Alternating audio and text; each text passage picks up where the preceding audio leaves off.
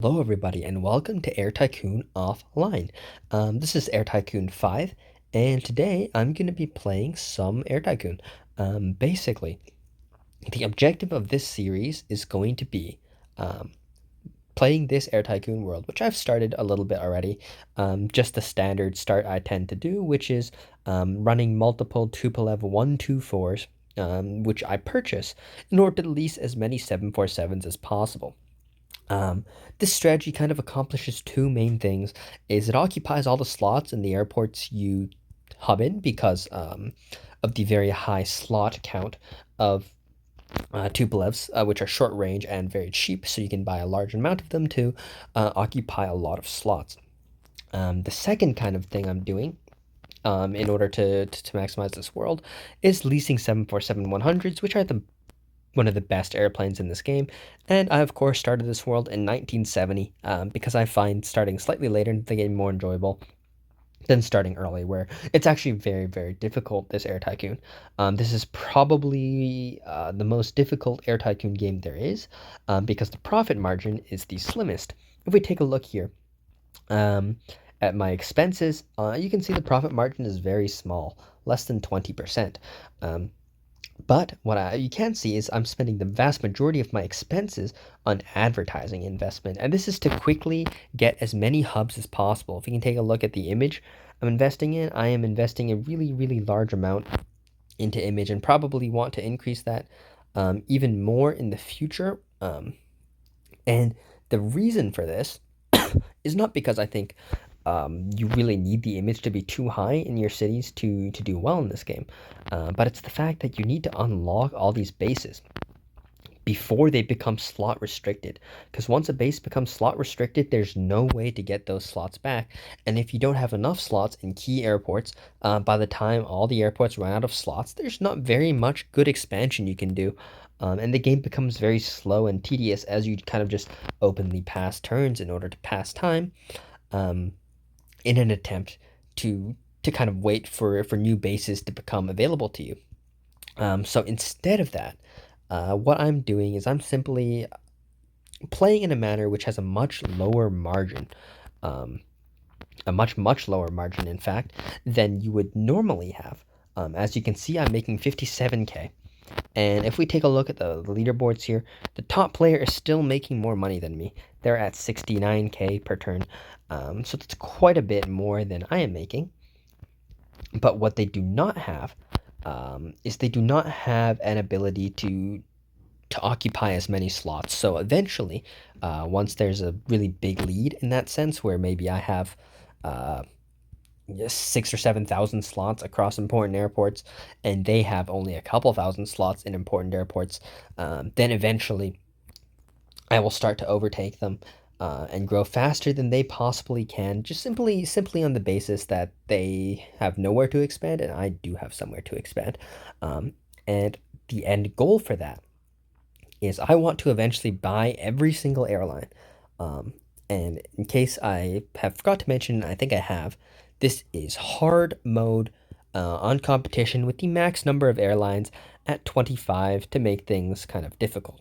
To make things a little bit easier, I started in 1970, which I will openly admit um, does decrease the difficulty um, in the sense that with less airlines, comes a less challenge. And let me just make sure I'm playing on the most up-to-date save. That'd be kind of funny if I forgot. So there's 1973.11. This is 1983 there. That's a previous game world I was playing.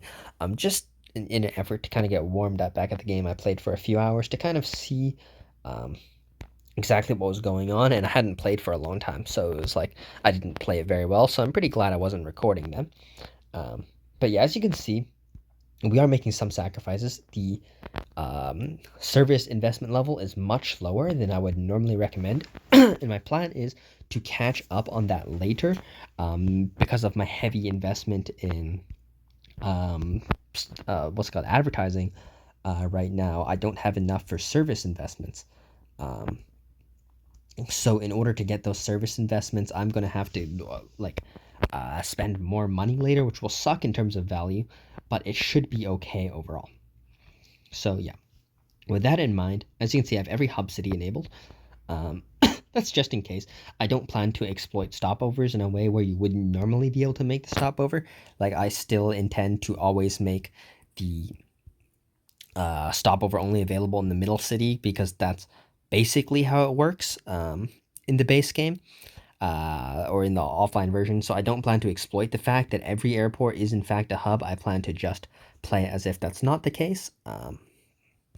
As you can see, I also made a custom aircraft design for once. I'm not the best at using RGB to select good colors.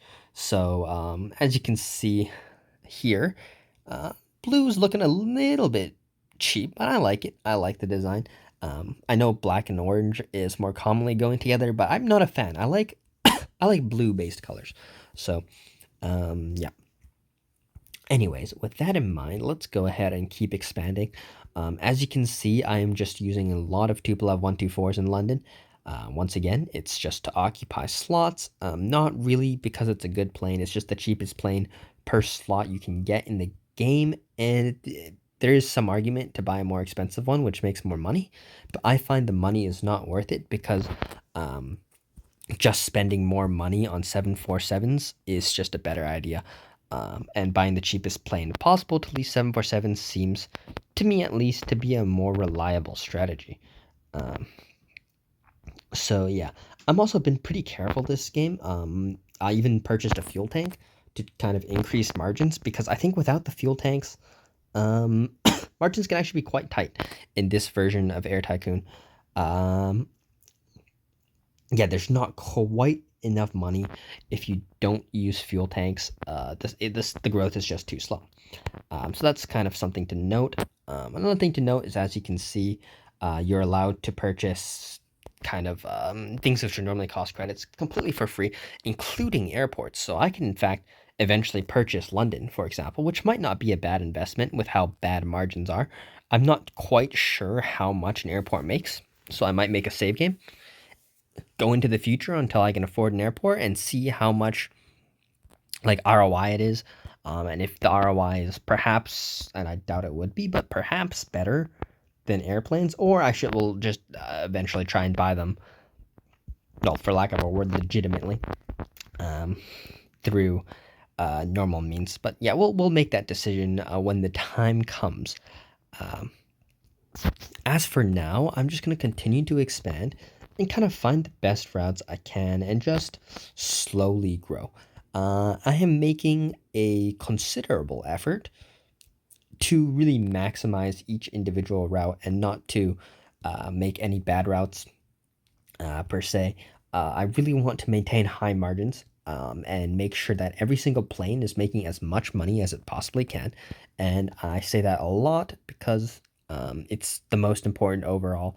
And I've tried strategies where I purchase all my planes and don't lease and such, but um, it never quite lets you grow as fast as you would like. Um, it's always faster to maximize planes. Anyways, with that in mind, let me see what we're doing. Yeah, gotta remember to buy fuel every single turn, no matter what, and make sure we buy our planes. Now, it's a little bit tedious because for many years of this game, I want to kind of maximize the growth early on because early on seems to matter most.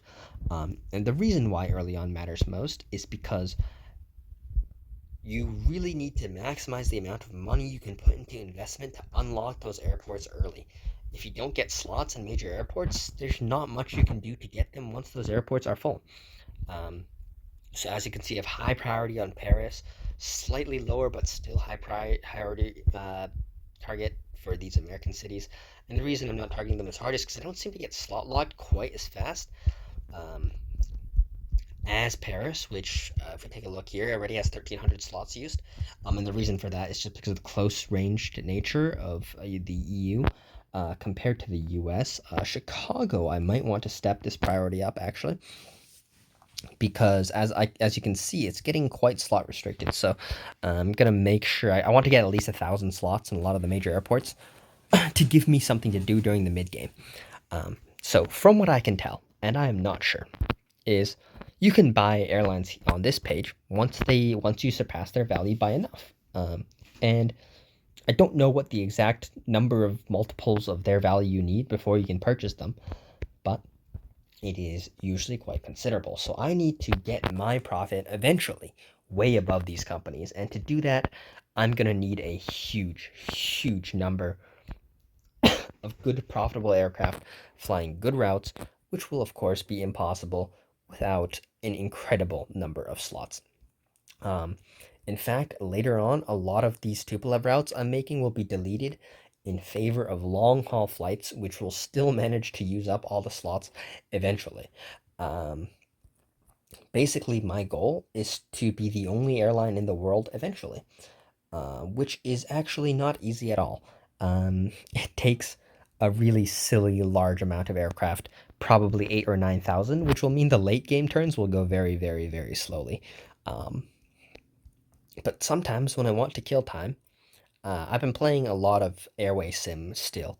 If you guys are familiar with that, I uploaded it for a little bit, but it's not really good as an uploading game because there's long downtimes where there's nothing to do. In the sense that, well, say your airport runs out of slots, what do? You just gotta wait weeks and weeks and weeks before your airport eventually gets some more slots. You can play a little bit again, but that kind of kills the momentum for me every time I'm trying to record anything. So that doesn't work out too well. Instead, playing this game, which is like more available at any time, I think it might work out a little bit better for somebody who's not very organized like me and who's kind of muse, for lack of a better word, to play these games. Goes on and off. This I can kind of revisit whenever, and I know I've done a previous Air Tycoon offline before, but unfortunately that phone is long gone and the save did not get transferred with it, which is unfortunate. So I don't know what happened to that phone, but yeah. Anyways, let's go ahead and remember to buy fuel, first of all. If you don't buy fuel, you will lose a lot of profit, and I think it's time, actually, to buy the last fuel tank for London. Um, yeah, I believe you can only have 3 fuel tanks, which I think is pretty silly. I wish you could have infinite fuel tanks, because then you wouldn't have to fill it every turn, which is just so annoying. It also kind of caps the usefulness of fuel tanks, so you can put fuel tanks in all the minor airports that you're flying to, and that still does make a difference. So that's always an option. But yeah, we'll make sure we get all our planes in. Um, yeah, there we go. As you can see, we're steadily growing. We're up to 69K now, and if we compare that to the top competitor, we've now matched them in just a few turns. So very soon we'll be passing them, despite heavy, heavy, heavy investment of 106K. Um, yeah, my plan is, of course, to open Paris as soon as that's available. It'll be a dumping ground for great 747 routes. Um, if we take a look at a lot of 747 routes with competition, they are still completely full. I have a little bit of a trick for them, is because all the AI airlines only fly 2 class planes like DC-8s. You can actually make the first class extremely large in your 747 and it'll still be full, because despite it being a quote unquote competition route, there's actually no competition um, for the first class. So you can kind of just um, fly as big of a first class, or bigger, not as big of a first class as you want, but a bigger first class than you might otherwise expect. Um, so that's great. I'm not going to set the prices now anymore. With 4 flights to make, I'll set it at the end to save a little bit of time. Um, I still kind of wish there was an automatic pricing per based off of plane. So for example, I could automatically price Tupolev 124s at 1.2 pricing. I could automatically price 747s at 1.3 pricing, for example. That would be a very, very, very convenient um, filtering method for routes which isn't otherwise available. And we're out of slots in London. Oh no. It's actually going to be quite a while before we have more slots. So I'm going to hold off on buying more Tupolevs, and I'm going to trade some fuel. And what I want to do here is I want to open a route to Singapore, because I want to open Singapore as a hub, and I have no image in Singapore or Kuala Lumpur, And as you can see, we're a little bit short on range. We need 12,000 range. Well, what plane has 12,000 range? Well, we'll take a look at what we're working with here. And the cheapest one is the Lockheed Martins. Um, so the L1011 should be able to make it. But I need 160,000 for it. And I'll probably do a stopover like this to Singapore. No, I think,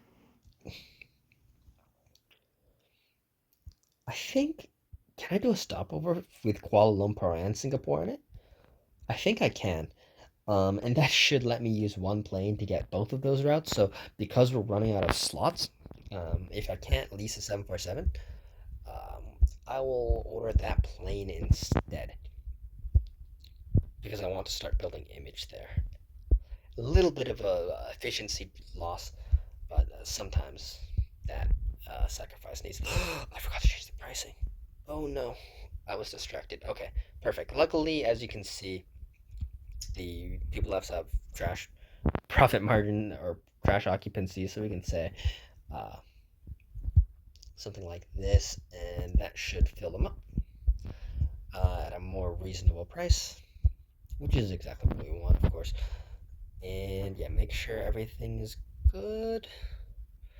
Ooh, except the 747. The 747 is relatively new, so I will fix the price back to what it should be. And let's take a look. How much money do we have? We have a 747, so let's go ahead and find a route. Maybe Hiroshima, Nagoya, or Sendai, or Sapporo even. They're all about the same. Um, like just eyeballing the size of those cities. So let's go ahead and just pick a random one. Got Hangzhou, and yeah, Bogota is very similar in size, so that's kind of a good stopover pair. I'm not concerned too much about breakpoints. So those of you who are familiar with my channel will know that certain breakpoints of stopover routes are exceptionally more profitable than others because of the way you switch from 3 to 4 schedules just from 1 kilometer extra range per week. The schedule should really be done monthly to stop this as an issue, but the slot numbers would probably be nonsensically large in some senses, like over 10,000 monthly slots. It's not a very good metric. And of course, you can't do daily because then you would have like decimal numbers of flights per day for really long routes, which doesn't make sense additionally. So, yeah, with that in mind, let's order some more counters and office before that becomes an issue. And lastly, fill up our fuel tanks before moving to the next turn. Um, yeah, this is saving like almost 20k a turn. Not 20k, but maybe 10k, which is considerable amount.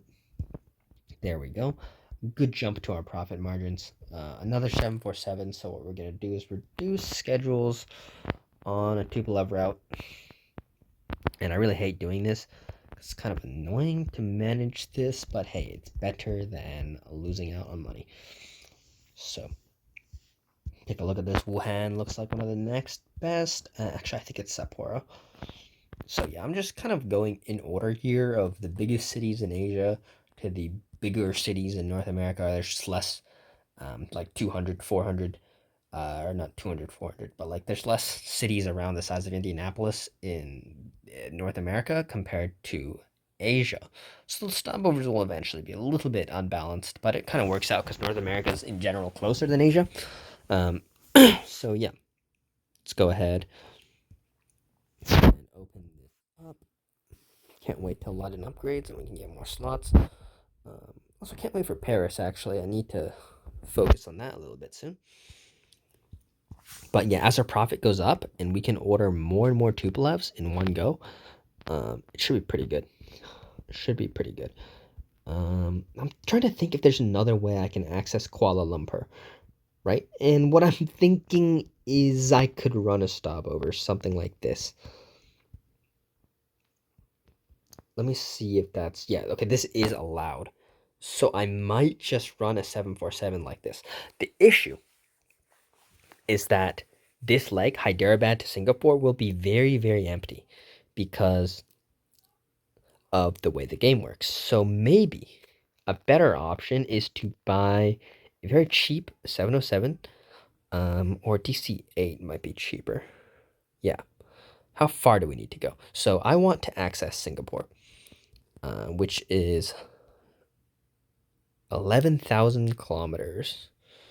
What about Kuala Lumpur? How far is that? 11,558. Okay, remember that number, guys. 11,558, because this is going to be close. So DC-862 is the cheapest long-range aircraft we can get. Let's fix the seats, because nobody wants big seats. Okay. And let's see. 11,588, did I say? I think that's just long enough. Let me check again. Yeah, 11,558. I remembered correctly. Didn't trust the memory, but it was actually perfect. Yeah, that's crazy. So we can just order a singular one, I believe. Let me make sure the seats are correct. No, they didn't save. Yep. Yeah, you have to order them at least once to cause it to save, I think. So good thing I checked. And we can order that, fill up the fuel tanks, and spend the rest on 747s and Tupolevs. Now, there's no such thing as fleet commonality or any of that junk from Airway Sim in this game, so we kind of just chill and have a much easier time kind of managing fleets, which isn't really a thing in this game. It's just making routes and maximizing margin, which is also a very, very good challenge in my opinion. So has London fixed itself yet? No, it has not. One thing I do want to check is how close is Paris getting? 47.7. So quite close until we are going to open that as a base and spam out at least 1,000 slots. Let's check. So Paris is on the cusp of an upgrade, actually, which is kind of an inconvenient timing for us to unlock it. Yeah, I'm going to try and monitor a lot of the cities I'm attending to eventually base in quite closely because I really don't want to miss out on the opportunity of basing in any of the world's major bases because it'll just annoy me infinitely, despite the fact that it's not actually important whether or not you have access to every base. It really isn't. But how much it bothers me is what makes it not worth. And as you can see, I'm going to desync the timing of these eventually so that they're a few turns apart. But, excuse me, I got a little bit of a cold, it seems like. Let's see what's going on. 3.8 Bangkok. I don't think I eventually want to base in Bangkok, so that's not an issue. Why can't I open a base in Kuala Lumpur? What am I missing? Why is the gear button grayed out? Oh, it's always gray. What am I thinking? I don't know what I'm thinking. Okay, I guess my brain is scrambled. Okay. Let's go back to what I was doing. Make sure I have fuel. Probably already did. Okay, perfect. I think we're ready to pass the turn. A nice 87k. We're really coming along nicely now. So we can go ahead and continue to expand. So that button is only available if you have base privileges in that city. So yeah, I didn't realize that. That is my bad. No, but see the base. Oh, you have to have a route there. I don't know. Why am I requesting slots? I'm trying to. Where's the route button? There it is. That took me much longer than it should have. Okay, boom, confirm. Let's go ahead and open some new routes. Yeah, I'm gonna go ahead and continue to open these routes. Yeah. Basically, I think by following the strategy I am doing right now, I will eventually be able to buy out these companies. So I tried many things in the past world, and a couple things happened. So if you try and focus only on profit, you do surpass them in profit quite drastically, but not by enough, because eventually, while you're multiple times their profit, it stops going up as fast because you become limited by the number of slots you have available in all your airports. You might have 7 or 8 base airports, but in every single one, there's no more slots. And your opponents, who of course started with a much larger amount of money than you and have also just been expanding the whole time, eventually catch you up. In the sense that they started ahead, so their value never fell behind. But the time in which you managed to have a higher profit than them was not enough to carry you to kind of ultimate success. So that was something I noticed in my previous attempts. That's now 48, so that's pretty good. Let's see. Let's go ahead and buy more fuel as usual and more Tupolevs. So yeah, like the amount you manage to like increase your profit over them, you can't do it for long enough to kind of get a big lead like you would want in order to kind of buy out every company in the game. Which at the end of the day, I'm not sure if that's the purpose of Air Tycoon Offline, but to me, it seems like it's a logical end goal. So anyways, let's pass this turn. Should see a decent boost to profit, plus 2k. Less than expected, but there's no 747 route, so that makes sense. Once again, in this strategy I'm employing, despite having less 747s, they make much more than half the profit. Probably 85% of the profit comes in from 747s. So it's when you make 747 routes where you will see pretty good jumps in profit. As you can also see, I'm kind of running out of good North American side routes. So we got routes like Louisville, and that kind of medium-sized city left, but no larger cities like 400 plus. Of course, like there's like extreme like hub cities which are like 600, 700 plus, or up to like 1,000 in the case of LA, for business and tour at least. But yeah, that's not common to there's only a few of them in the whole world. Anyways, let's go ahead and make that Kuala Lumpur Singapore route so I can go ahead and invest in both these airports. I think this is a pretty clever way to do it. Actually, I'm pretty happy about this because I've been thinking about how should I eventually serve these airports, because I really want to hub in them eventually. They're not particularly slot restricted airports because they're very, very long range to almost anywhere in the world. So that is not really a problem. But what is a... Okay, wait, why would I do that? Yeah. But what is a problem is just servicing them at all. So let's go ahead and kind of pump a bunch of service investment level into Kuala Lumpur and even more into Singapore, because Singapore is more important. Let's say this much. And yeah, that should eventually kind of catch up to the rest of the world of routes in this company. So another thing that's starting to happen, which is kind of frustrating, is what are these Tupolev 134s doing? Oh no, I forgot. As you can see, I've cities like Istanbul, Athens, and Moscow with no routes. And that's what those Tupolev 134s were supposed to do. No worries, I can fix this. Let's go ahead and replace this. Grab this Tupolev 134 and start flying the routes which were originally their purpose. Because, of course, the Tupolev 124 can't reach these cities. So that will allow me to start investing here. And let's put a decent amount, because I do want this to finish before it's completely slot locked.